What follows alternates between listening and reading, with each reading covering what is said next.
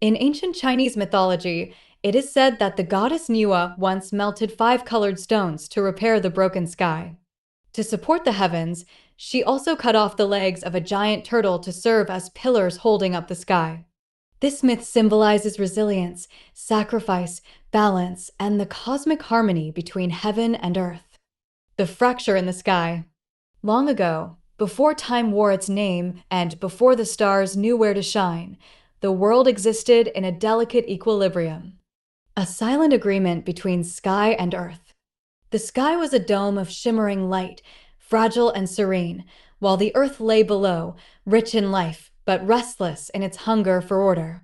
One day, a great fracture tore across the sky, as if the heavens themselves had cried out in pain. From the broken seam, chaos poured. Storms with no end, shadows that stole voices, and winds that whispered lies into the ears of humankind. Trees bowed in sorrow, rivers lost their direction, and even the mountains began to tremble. The people turned to their leaders. Kings summoned armies, scholars burned through scrolls, and builders raised towers of stone in desperate hope of reaching the wounded sky. Yet nothing could mend what had been torn. In their panic, they forgot the simple truth: some wounds cannot be conquered, only healed. Far beyond the noise of man, in the quiet places of the world, lived a woman named Lyra. Lyra.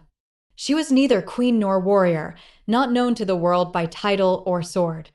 But in her soul burned a quiet fire, not of power, but of compassion. She listened to the earth's cries and to the silence of the stars, and knew what must be done. She walked the world and gathered colors. Not paints or dyes, but truths. The colors of emotion, memory, and sacrifice. She climbed to the summit of the forgotten mountain, where the winds dared not howl, and there she melted the colors in the furnace of her spirit.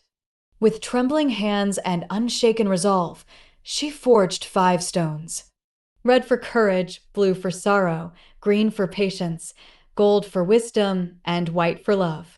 These were not stones of magic, but of meaning, and she carried them to the edge of the sky's wound.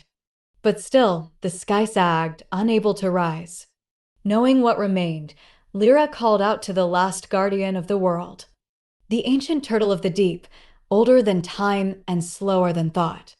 It rose from the ocean and, with gentle eyes, understood her plea. Wordlessly, it offered its leg, not as defeat, but as devotion. Lyra used it to create a pillar, not just of bone, but of purpose. She placed the 5 stones into the seam of the sky, and where once there had been a wound, now shone a scar. Radiant, imperfect, but whole. The world calmed. The rivers returned to their beds. Trees stood tall again. And in the scarred sky, stars danced more beautifully than ever before. Lyra did not return. Her body faded, but her essence became the warmth in sunlight, the calm in moonlight, and the quiet strength in those who repair what they did not break. Even now, when storms rage or despair darkens hearts, some say you can see the colors of her stones between lightning strikes. Reminders that broken things can be made whole, not through force, but through care, courage, and sacrifice. For it is not in perfection that the world is saved, but in love strong enough to lift the sky.